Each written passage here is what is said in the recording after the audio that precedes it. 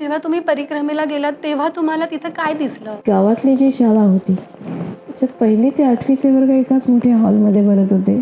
एकच शिक्षक 1ली ते 8वी काय शिकवणार? ते आईवडिलांना वाटले त्यांनी जीवन शिक्षण घ्यावं, शेती शिकावी. आज मी 70ला पोचले. माझ्या आयुष्यात गुणाकार, भागाकार, बेरीज वजाबाकी याच्या पलीकडे मला कुठल्या कॅल्क्युलेशन्सची गरज लागली नाही. आता जी शाळा आहे तर तिथे काय विषय शिकवले जातात? किमान आपल्या देशातली अशी पहिली शाळा आहे की इथलं फर्निचर मुलंच तयार करतात. या मुलांना भगवद्गीतेचे पहिले 8 अध्याय पाठ आहेत. अच्छा. मोठ्या मुलांना ऑफकोर्स. मला अनेकांनी प्रश्न विचारला की तुम्ही हे हिंदू धर्माचं शिक्षण देताय, पण भगवद्गीतेत कुठेही हिंदू हा शब्दच नाही आहे. एक असतं ना की एक बाहेरच्या राज्यातून बाई येते आणि ती आपल्याला काहीतरी शिकवतीये, विरोध तर झालाच असेल ना? फक्त शंका होती की तिच्या राज्यात काय गरीब मुलं नाही आहेत का?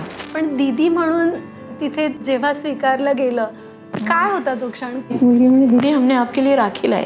सुरुवातीला ज्यांना शिक्षण काय हेच माहिती नव्हतं किंवा त्याच्यात रसही नव्हता, आता त्यांची काय स्वप्न आहेत? माझ्या सुदैवाने मला डॉक्टर इंजिनियरच बनायचं आहे असं 1-2-3 मुलं असतात सांगणारी, पण मला माझ्या घरी असलेल्या बकऱ्यांची संख्या वाढवायची, मला 1000 बकऱ्या करायच्या आहेत अशी सांगणारी मुलं जी आहेत ती माझ्यासाठी प्रामाणिक आहेत. ती मुलं म्हणत आहेत की दीदी आमच्यासाठी शहर सोडून खेड्यात आल्या, तर आता आम्ही खेडं सोडून शहरात नाही जाणार. मला कुठल्याही पुरस्कारापेक्षा हे उत्तर जास्ती महत्त्वाचं वाटतं. नाशिकसारखं शहर आणि केंद्र शासनाची एक चांगली नोकरी आणि चांगला पगार असताना एवढं मोठं धाडस तुम्ही केलं, तेव्हा मनात भीती नाही वाटली का? जिथे गरज तिथे पोचायला पाहिजे.